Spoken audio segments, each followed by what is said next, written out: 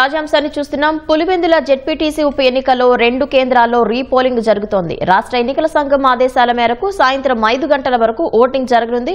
మరింత సమాచారం మా ప్రతినిధి మురళిని అడిగి తెలుసుకుందాం. మురళి, పులివెందుల్లో 2 పోలింగ్ కేంద్రాల్లో రీపోలింగ్ ఎలా జరుగుతోంది? ఆ 2 బూత్లలో రీపోలింగ్ కు కారణాలేంటి?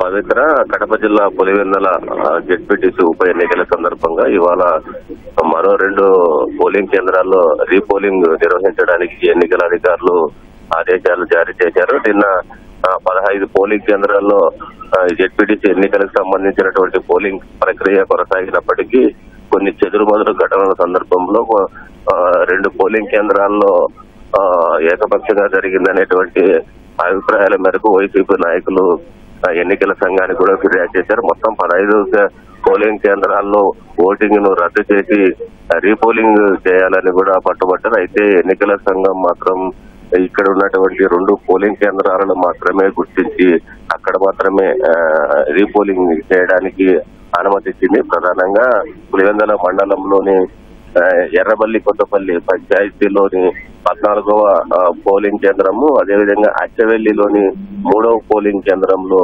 రీపోలింగ్ చేయడానికి అనుమతించింది. ఈ మేరకు జిల్లా కలెక్టర్ శ్రీధర్ తెల్లవారుజామున 3 గంటల ప్రాంతంలో ప్రకటన విడుదల చేశారు.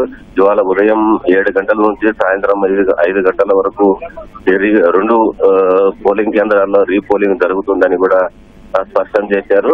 కొత్తపల్లి పంచాయతీలోని 14వ పోలింగ్ కేంద్రంలో 1200 మంది ఓటర్లు, అచ్చవెల్లి గ్రామంలోని 3వ పోలింగ్ కేంద్రంలో 500 మంది ఓటర్లు ఇవాళ తమ ఓటు హక్కును వినియోగిస్తున్నారు. మొత్తం 1600 మంది ఓటర్లు ఈ రీపోలింగ్ లోని 2 పోలింగ్ కేంద్రాల్లో ఓటు హక్కు వినియోగించుకునేటువంటి అవకాశం ఉంది.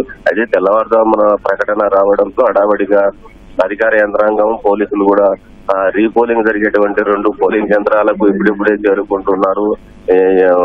ఎన్నికల సిబ్బంది కూడా సామాగ్రిని కూడా తీసుకెళ్లేటువంటి ప్రక్రియ ప్రస్తుతం కొనసాగుతుంది.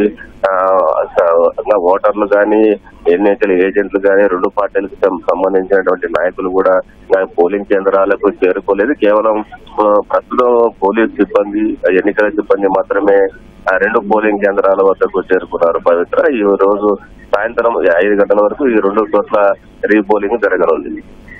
ధన్యవాదాలు మురళి.